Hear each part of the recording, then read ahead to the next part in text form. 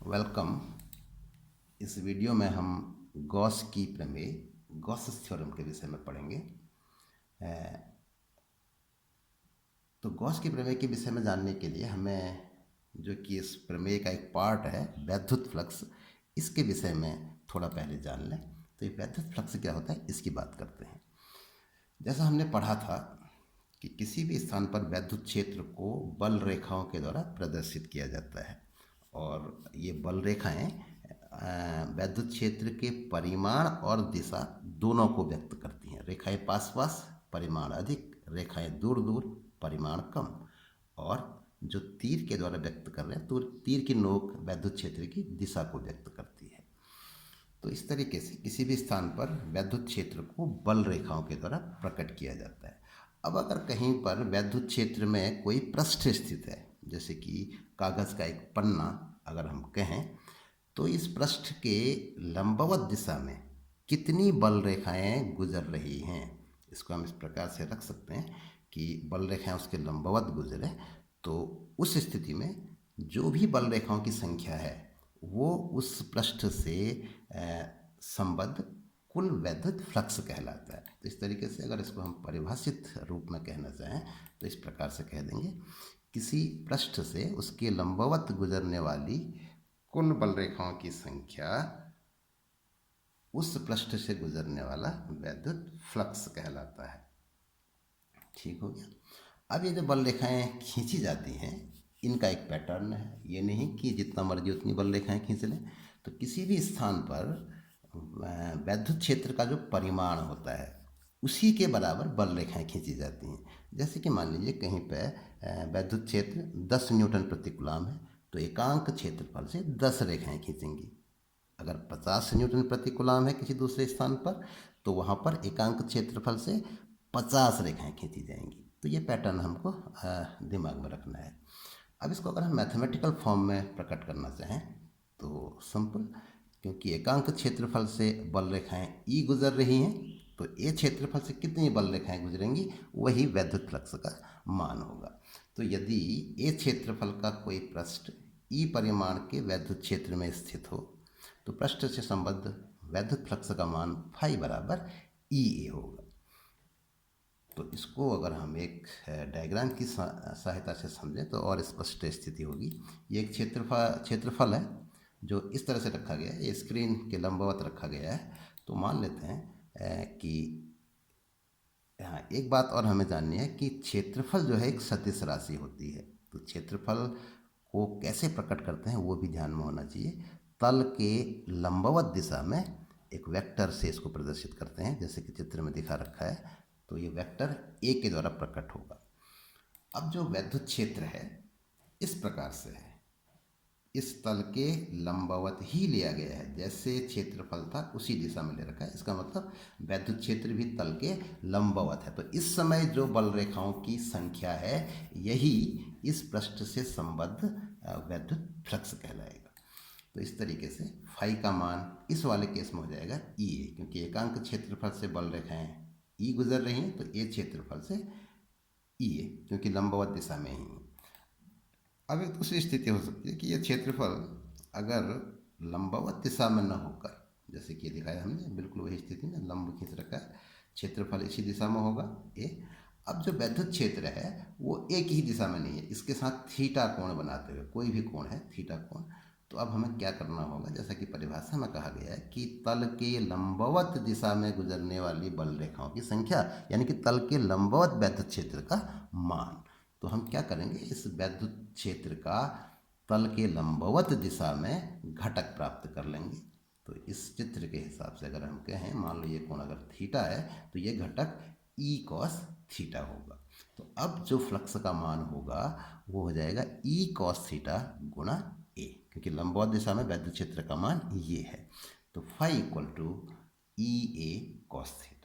अब दो स्थितियां हैं, अलग अलग सूत्र हो गए, तो इसका हम एकीकरण कर सकते हैं। जैसे कि हम लिख दें इसको phi equal to E dot A, क्योंकि ई और ए दोनों सदिश राशियां हैं तो ये सूत्र दोनों ही स्थितियों में लागू होता है।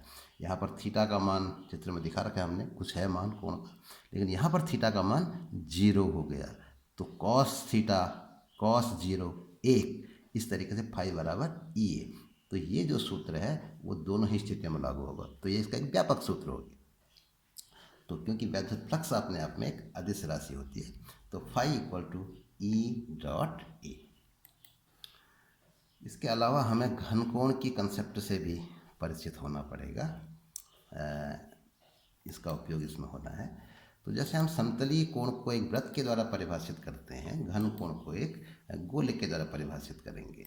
समतलीय कोण को कैसे परिभाषित करते हैं? एक चाप लेते हैं, चाप की परिसीमाओं को केंद्र से मिलाते हैं। मान लो डेल्टा एस चाप हमने लिया, इसको केंद्र से मिलाया, तो ये जो है इस चाप द्वारा केंद्र पर अंतरित कोण है। तो वृत्त की त्रिज्या अगर आर है तो कोण बराबर चाप बट्टा त्रिज्या। और साथ में एक और शर्त होती है कि डेल्टा एस और आर, चाप और ये जो दूरी है ये एक दूसरे के लंबवत होते हैं। वृत्त की प्रॉपर्टी है त्रिज्या हमेशा परिधि पर लंब होती है। बिल्कुल इसी तरीके से गोले के लिए हो जाएगा। एक चाप की जगह पे एक क्षेत्रफल अवयव लिया जाएगा डेल्टा है, इसकी परिसीमाओं को केंद्र से मिला देंगे तो एक शंकुनुमा आकृति हमको प्राप्त होगी। तो ये शंकु कोण जो है इसी को घन कोण भी कहते हैं। तो ये शंकु कोण ओमेगा को इस तरीके से परिभाषित करते हैं, omega is equal to delta A बटा आर स्क्वायर, क्षेत्रफल अवयव बटा त्रिज्या का वर्ग। और यहाँ पर भी एक प्रतिबंध है कि आर और डेल्टा ए एक दूसरे के लंबवत होनी चाहिए। ये वृत्त की परिभाषा में आता है, त्रिज्या पृष्ठ पर लंब होती है। तो जहाँ कहीं पर भी हम इसको इम्प्लीमेंट करेंगे वहाँ पर ये शर्त मीटअप होनी चाहिए, आर डेल्टा ए के लंबवत होना चाहिए। थोड़ा सा इसमें और जानकारी, संपूर्ण वृत्त के कारण केंद्र पर अंतरित कोण का मान डेल्टा एस की जगह पर 2 पाई आर रख देंगे। संपूर्ण वृत्त का जो चाप है वो 2 पाई आर होता है। तो इस तरीके से फाई बराबर 2 पाई आर बटा आर यानी कि 2 पाई, रेडियन में कोण को व्यक्त किया जाता है। इसी तरीके से घनकोण के लिए हो जाएगा, संपूर्ण गोले के कारण केंद्र पर अंतरित कोण डेल्टा ए की जगह पर 4 पाई आर स्क्वायर रख देंगे। संपूर्ण गोले का क्षेत्रफल 4 पाई आर स्क्वायर होता है। तो इस तरीके से ओमेगा बराबर 4 पाई आर स्क्वायर बटा आर स्क्वायर यानी कि 4 पाई, और इसको स्टेरेडियन में व्यक्त किया जाता है। तो ये जो है घन कोण की कंसेप्ट भी इसमें इन्वॉल्व होगी।